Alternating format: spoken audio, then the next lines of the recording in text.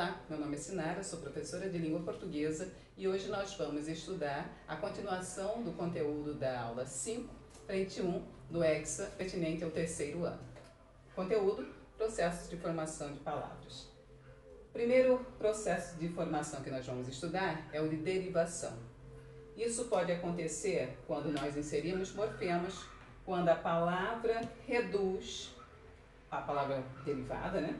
Ou ainda quando ela muda de classe gramatical ou muda uma classificação dentro da própria classe gramatical. Vamos ver então os diferentes tipos de derivação.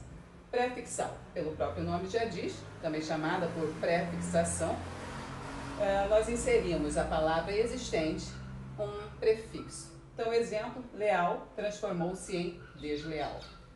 Sufixal, quando nós inserimos a palavra já existente um sufixo. Leal, recebendo dade, transformou-se em lealdade, uma nova palavra então. Parassintética, quando eu insiro simultaneamente sufixo e prefixo da palavra. E, se eu tentar tirar ou prefixo ou sufixo dessa palavra, a palavra vai deixar de existir. Exemplo, entardecer. Vem da palavra tarde. Muito bem. Se eu tirar o em, que é o prefixo, tardecer, não existe. Se eu tirar o ecer, em tarde, não existe também. Ou seja, então esse é um processo de derivação parassintética, quando eu insiro simultaneamente os dois morfemas, prefixo e sufixo. Se eu deixar um de lado, a palavra deixa de existir. Diferente de derivação prefixal e sufixal, quando nós podemos inserir um ou outro. E se tirá-los, a palavra vai continuar existindo do mesmo jeito. Então, exemplo, infelizmente. Infelizmente, eu acrescentei o in, que é um prefixo, e o mente, que é um sufixo. Muito bem, se eu tirar esse in, a palavra vai continuar existindo, felizmente. Se eu tirar o mente, a palavra existe também com infeliz. Então, nesse caso, não é a mesma situação que ocorre na parassintética. Nesse caso, a palavra vai continuar existindo com um ou com outro morfema. Por isso, chamado de derivação prefixal e sufixal. Derivação regressiva, completamente diferente das demais derivações que nós já estudamos. Por quê? Porque, pelo nome regressiva, também chamada de deverbal, há uma redução da palavra primitiva para a palavra derivada. Muito bem, um exemplo, combater. Combater é o verbo.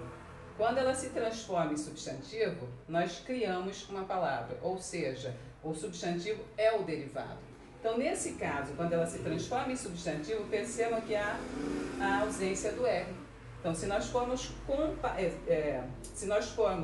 analisar os fonemas, nós vamos verificar que há uma perda. Como? Vamos lá, contando os fonemas da palavra combater. C, ON, B, A, T, E, R. 7 fonemas. Muito bem. Quando ela se transforma em substantivo, C, ON, B, A, T, E. O que acontece? Há uma redução de um fonema. Isso acontece, então, todas as vezes que nós tivermos uma derivação regressiva. A derivada vai perder fonemas em relação à primitiva. Isso acontece muitas vezes quando existe um verbo transformado em substantivo, o substantivo sendo o derivado desse verbo. Imprópria. Imprópria, gente, não há possibilidade de nós reconhecermos fora de um contexto. Normalmente ele vai ter que existir dentro de um contexto para que nós possamos identificar essa derivação. O que é a derivação imprópria? É quando ela deixa de ser aquela classificação anterior e assume uma nova classificação dependendo do contexto. É o que acontece aqui com a palavra porquê. Ninguém entendeu o porquê da discussão. Porquê, no caso, passou a ser um substantivo. Ela veio acompanhada de um determinante. Normalmente, ela vai ser o quê? Uma conjunção. Neste contexto, deixa de ser conjunção e assume a função de um substantivo. Dando continuidade ao processo de formação de palavras, o processo de composição. Isso ocorre quando a palavra é formada por dois ou mais radicais. Essa junção pode ocorrer por justaposição, quando as palavras se juntam apenas sem haver perda de fonemas. Exemplo, couve-flor, separada por hífen. E passatempo, simplesmente se juntaram. Por aglutinação, quando há a junção e a perda de fonema.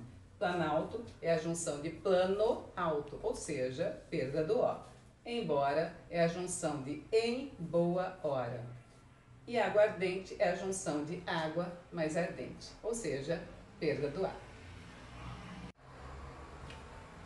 Os demais processos de formação de palavras são onomatopeia, que é a imitação de sons, como exemplo, tic-tac, miau.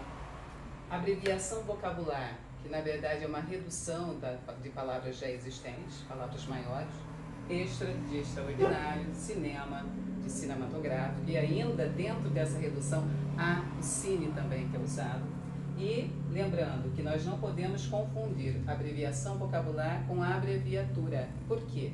Porque a abreviação vocabular você escreve e você fala da forma como escreveu. A abreviatura não. A abreviatura, exemplo, é X ponto. Significa exemplo. Ninguém vai falar é X ponto. Todo mundo vai falar exemplo.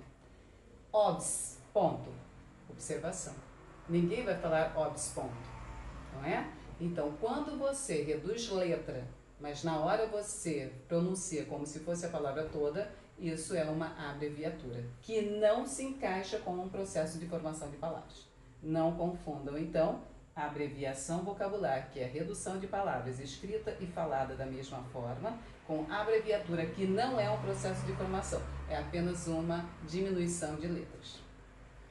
Hibridismo também faz parte do processo de formação, é quando a palavra recebe morfemas de línguas diferentes. Exemplo, sociologia, sócio vem do latim, logia do grego, burocracia, buro vem do francês e cracia do grego. E, para finalizar, estrangeirismo. São aquelas palavras provenientes de outras línguas que se incorporaram à língua portuguesa. Shopping, show, jeans, short, ou seja, assumiram essa mesma escrita, a mesma fala na nossa língua. E para terminar, gente, vocês podem fazer as atividades do Hexa, que vai da página 20 até a página 21, e do livro, os exercícios propostos, que vão da página 75 à página 78. Muito obrigada.